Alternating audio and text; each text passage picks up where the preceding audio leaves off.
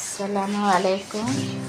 আজকে আপনাদের একটা সবাই রান্না করেন, আমি একটু দেখাচ্ছি। আজকে একটু বেশি পাতলা করেই রান্নাটা করব। এখানে রুই মাছ,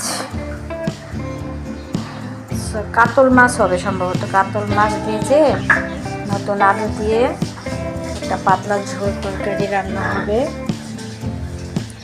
প্রথমে মশলাটাকে ভালো করে কষাতে হবে। মশলা কষালে তরকারিটা ভালো হয়। মশলাটা আমি কষাচ্ছি আর এখানে মাছ ভাজবো। একটা করে মাছ এখন দিয়ে দিব।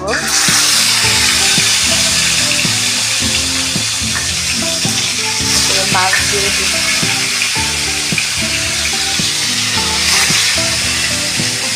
আজকে আমার শুধু ভর্তা বাতি করবো, কারণ মাছ খেতেও অত ভালো লাগে না, মাংস খেতেও ভালো লাগে না। তাই সাবিনাকে বললাম আজকে শুধু এক তরকারি রান্না করব আর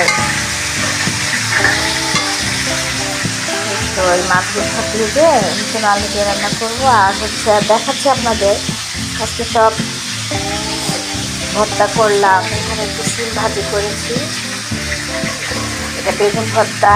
ভর্তাগুলো দেখাতে পারিনি। এখানে হচ্ছে জলপাই দিয়ে ধনেপাতা বাটা, আর এটা হচ্ছে শুধু ধনেপাতা বাটা। একটু আজকের আমার এই রান্না,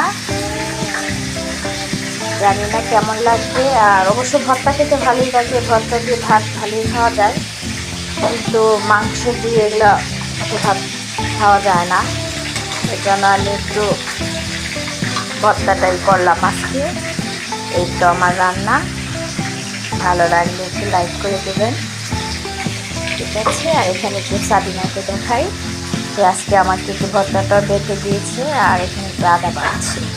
তবে সবাই ভালো থাকবেন, আল্লাহ হাফেজ। এখানে সর্বশেষ হচ্ছে আমার রান্না। এখানে কাতল মাছ দিয়ে আলু দিয়ে রান্না শেষ করলাম, আর এখানে হচ্ছে গরুর মাংস। এই আমার রান্না আজকের মতো এখানে শেষ। আর ভর্তা তো আছেই, আগেই দেখালাম, ঠিক আছে? সবাই ভালো থাকো, আল্লাহ হাফেজ।